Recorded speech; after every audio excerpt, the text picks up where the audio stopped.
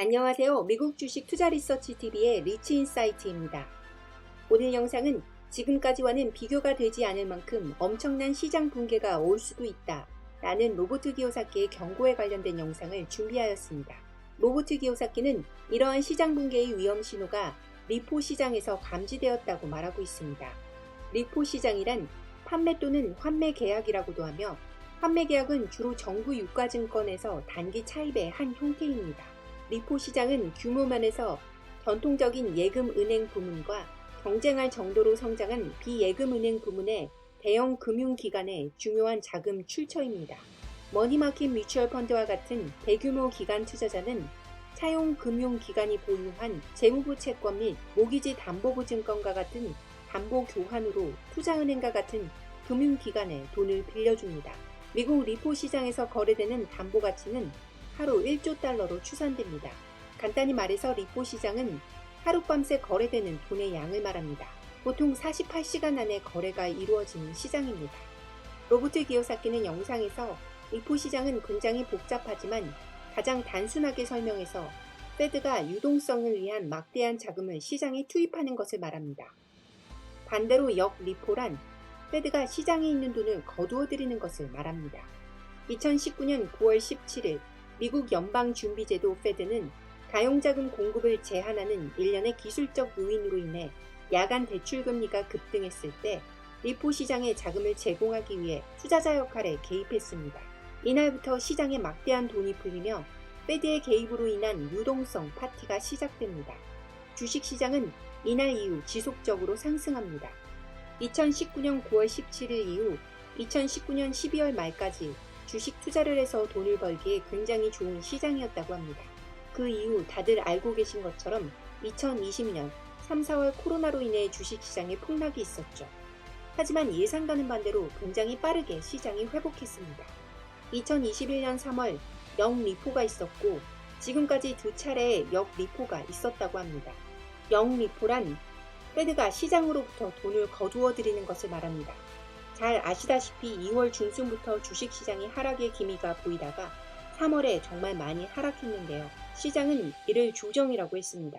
그러한 주식시장의 약세장은 지금까지 지속되고 있습니다. 자세히 들여다보면 림 주식이라고 불리우는 AMC 또는 GME 그리고 유명한 일부 주식을 제외하면 많은 주식들이 힘이 없었습니다. 그런 이유가 바로 역리포 때문이라고 합니다. 이러한 현상은 8월 말까지 지속될 가능성이 있다고 합니다. 그 이후에는 아무도 모른다고 합니다. 강세장이 올 수도 있고 그렇지 않을 수도 있다는 것이죠. 영상에서 로버트 기요사키 또한 언제 붕괴가 올지는 자신도 모른다고 합니다. 또한 실제로 주식시장이 상승하고 하락하고는 기업들의 어닝과는 관련성이 없다고 합니다. 오히려 이러한 신용마켓의 일종인 리포나 역리포의 상황을 예의주시해야 주식시장의 흐름을 알 수 있다고 합니다.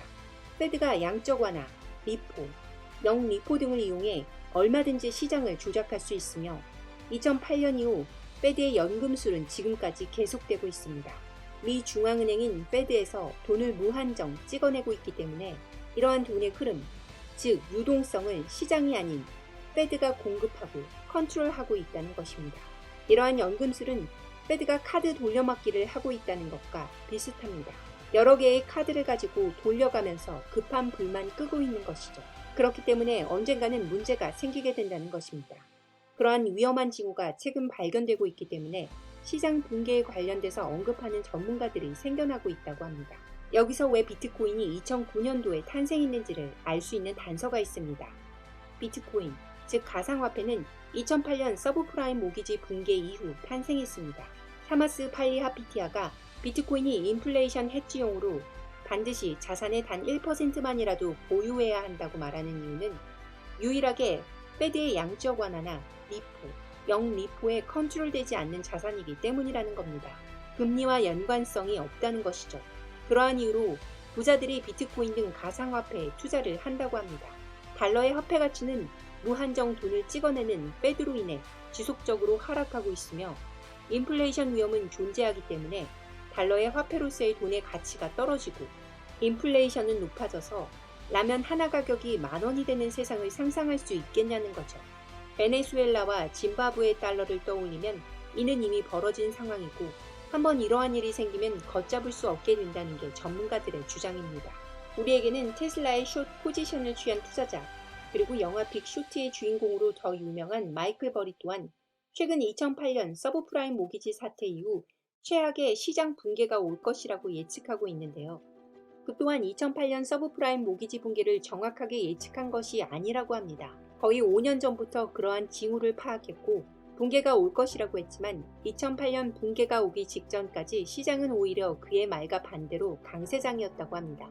정말 그가 파산 직전에 이르렀을 때 붕괴가 와서 그는 엄청난 부자가 될 수 있었다고 합니다. 그러니 그가 지금 시장 붕괴를 예측한다고 해서 그 말을 100% 신뢰해서는 안 되며 무작정 두려움에 떨 필요도 없다고 합니다. 정말 기적적으로 페드의 연금 수레 효과가 지속될 수도 있기 때문이죠. 로버트 기요사키가 전달하고자 하는 핵심을 깊이 이해하고자 하시는 분들은 꼭 그의 책 부자 아빠, 가난한 아빠, 페이크를 읽으라고 추천드립니다. 로버트 기요사키가 영상에서도 2번이나 강조해서 언급하는 내용이 있습니다. 물론 이 내용은 그의 책을 읽어본 분들이라면 어떤 내용인지 아실 수 있을 겁니다. 그가 앞으로 다가올 역대급 붕괴에 대해서 이야기하는 이유는 이러한 붕괴, 즉 위기를 기회로 여겨서 부자가 되라는 조언입니다. 2008년 서브프라임 모기지 붕괴가 있었습니다. 서브프라임 모기지의 붕괴는 부자는 더 부자로 만들어주고 가난한 이는 더 가난하게 만들었던 대표적인 사례입니다. 대출금을 갚을 능력이 없는 사람들에게 은행이 가짜 자산인 파생 상품을 팔았고 이에 대한 피해는 고스란히 그 대출금을 갚지 못한 사람들에게 갔습니다. 하지만 이러한 붕괴가 올 때 오히려 부자가 된 사람들도 있습니다. 바로 로버트 기요사키와 같은 사람들입니다. 로버트 기요사키는 부자 아빠의 가르침을 통해 이러한 위기가 기회가 될 수도 있다는 것을 알았으며 이 당시 300만 달러를 거의 제로 금리의 대출을 받아서 세계의 가장 좋은 부동산들을 박앤세일로 매입했다고 합니다. 바로 그것이 로버트 기요사키가 지금 부자인 이유라고 합니다. 위기가 곧 기회가 되고 그 위기가 몇 년 뒤 스스로를 부자로 만들어준다는 것이죠. 실제로 많은 부자들이 경제가 붕괴할 때 생겨났습니다. 그는 그것을 부의 이동이라고 합니다. 불안, 준비되지 않은 사람으로부터 준비된 사람으로 옮겨감을 의미합니다. 그 누구도 시장이 언제 붕괴할지는 모릅니다. 최대한 그러한 위기를 만들어내지 않기 위해 중앙정부와 중앙은행인 페드가 노력을 하고 있기 때문입니다. 물론 페드는 노력한다고 하지만 이는 명백히 시장을 조작하는 것이라고 합니다. 이러한 노력이 더 큰 위험을 만들어내고 있을 가능성도 배제할 수 없기 때문이죠. 하지만 중요한 건 개인 투자자로서 위기는 곧 기회일 수 있으니 그 위기 때 부자가 될 준비를 하라는 게 로버트 기요사키가 하고자 하는 말의 핵심입니다. 그렇다면 어떤 준비를 하라고 조언하는 걸까요? 첫 번째로 그는 부자가 되고자 하는 사람이라면 금융 공부, 즉 돈 공부를 해야 한다고 강조합니다. 그는 한 사람을 부자로 만들어주는 건 가지고 있는 자산을 팔 때가 아니라 살 때라고 합니다. 부동산을 구입할 때 가장 싼 가격에 매입했을 경우 시간이 지나 부자가 될 수 있는 것입니다. 주식이나 비트코인도 마찬가지로 가격이 올라갔을 때 사는 것이 아니라 가격이 하락했을 때 매수해야 나중에 부자가 될 수 있는 것이라고 합니다. 하지만 일반적으로 사람들은 그 반대로 한다고 합니다. 가격이 오르면 호모 증후군으로 있는 돈 없는 돈 끌어모아 투자를 한다는 거죠. 하지만 그런 경우는 조심해야 한다고 합니다. 어떤 자산의 가격이 너무 갑자기 많이 오를 때 사면 급격한 가격 하락을 경험할 가능성이 높기 때문이라고 합니다. 그가 실물 자산인 금과 은, 부동산에 투자하는 이유는 시장이 붕괴했을 때 가짜 자산은 종이 조각이 될 수 있기 때문이라고 합니다. 두 번째로 위기가 왔을 때 과감하게 투자를 하라고 조언합니다. 마지막으로 시장이 결국은 회복한다는 걸 기억해야 한다고 합니다. 다시 한번 강조해서 말씀드리지만 두려움과 공포심을 느끼라고 로버트 기요사키가 앞으로 다가올 역대급 붕괴를 준비하라는 것이 아니라 금융 공부, 즉 돈 공부를 통해서 부자가 될 기회가 왔을 때 그 기회를 놓치지 말고 부자가 되라고 조언하는 것입니다. 오늘 영상은 재테크를 하시는 개인 투자자들에게 도움이 되는 정말 중요한 내용이 많습니다. 그럼 오늘 영상 시작합니다. And there's something going on in the markets today that is very, very, very, very frightening. And what happened in 2008 that market went up and came down, and then it set off the biggest bull market run in history. You said that $8 to $10 trillion is being pumped into the economy right now. What's that impact going to have, and how long is that going to last? Oh, that's what I mean. Well, nobody can ever predict this because we have never seen this before. Okay, so we cannot even go by experience. The closest thing that I have found, and I to the late 1970s, 78 to 1980, we had double-digit inflation, which drove interest rates. The prime rate went to 21.5%. That was on December 10th, 1980. And, so you go through these phases. The situation I see now is very similar to that, especially the attitude of the Federal Reserve, which is driving all this artificial money.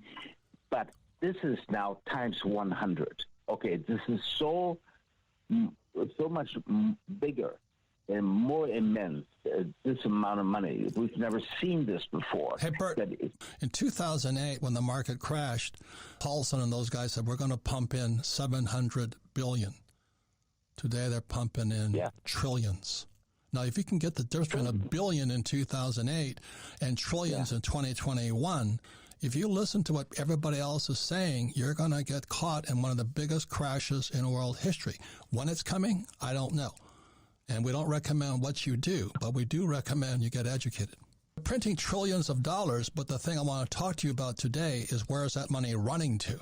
That's the biggest question. It's called the reverse repo market, which 99% of the people have never heard of the repo market. What is the reverse repo market and what is the repo market? We had a little mini crisis in the repo market in 2019. September 17th, 2019. I know the date exactly. Yeah. And interest rates went to 10%. So what happened in March of 2020, it went reverse repo. They had to, instead of injecting money in, the banks started pushing money into the Fed. There's two banks in the world today, the big banks like Goldman Sachs, Wells Fargo, and all that, and there's a Fed. So the money started coming out of the banks and flowing into the Fed. That's a reverse repo. If you understand what happens is the money is flowing out of the banks. Please understand the difference of what Bert is talking about is there's two kinds of banks. Regular big banks and the Fed. And the money is running right now out of banks into the Fed. That's a reverse repo. And so who's doing that and why is that happening? The Fed is doing it now. So what happened in 2019 was a regular repo. That's putting money into the system. Okay, that's very good for the stock market. What is happening now, the Federal Reserve is taking money out of the banking system. That's why they call it reverse repos. Okay, and it started about 4 weeks ago with 300 billion, 400 billion overnight repos. Now we're up to almost $1 trillion overnight. And it's forecast that probably by end of August, might be up to $2 trillion overnight that the Federal Reserve is taking out of the system. And today we're talking about the repo market and the reverse repo. Because remember, September 17th, 2019, the repo went up to 10%. I went, holy mackerel. What does that mean? And what happened in 2007 when the repo market went up, the subprime market crashed. And so that's why what Bert is talking about today is we're now in reverse repo. And it's about how the systems work. Big money, the big smart money is flowing out of the market or into the market. And that's what drives the market. And what you hear usually in the media is, earnings are going up or earnings are going down. Or that's all irrelevant. You talk about some of the warning signals to look for. So what are some of the warning signals that we should be paying attention to that are coming down the road? The credit markets are so much bigger and therefore so much more important than the stock market. By the time the stock market starts going down, it's already too late for most people to get out. The warning signals come from the credit markets. And we talked about the repo market before, and that is part of the credit markets. this is where the warning signals come in. The warning for something bad, and also the alert when something good is going to happen, like in September 2019, when there was a repo crisis. The Federal Reserve was putting this huge amount of money into the market, and we said, buy stocks. It's going to go up into the end of the year. And it did. It was a great opportunity. So watching the credit markets is so much more important. Like on the front page, it says 50% of all trades are off the exchanges.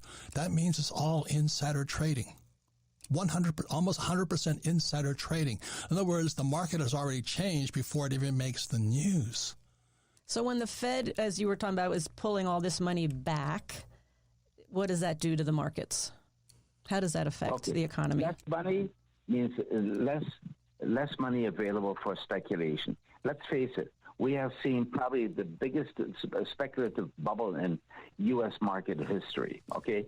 And if you want to protect your future, it takes study, because the biggest thing is in 2008, when I saw the repo market crash, we invested $300 million in real estate in 2008. That's why we're rich today. I mean, bad news can be the best news you could ever get. This one is going to be the biggest in history, and I want to be prepared for it. And, like I say, I buy Bitcoin, but I don't say you should buy Bitcoin. And the people that want you to buy Bitcoin, it's going to go to $1 million too. Well, that's their opinion. I hope it does, because I own some Bitcoin. But it doesn't mean it's going to go to $1 million too. The reason it's so hyped up right now is because they could print money. And that's why the repo market and the reverse repo and all that stuff may sound complicated to some people. But if you understand it, you have a better chance of surviving or even thriving. Because in 2008, Kenny and Kim and I borrowed $300 million, and we bought the best real estate in all the world at bargain prices with interest rates at near zero. I thought I died and went to heaven.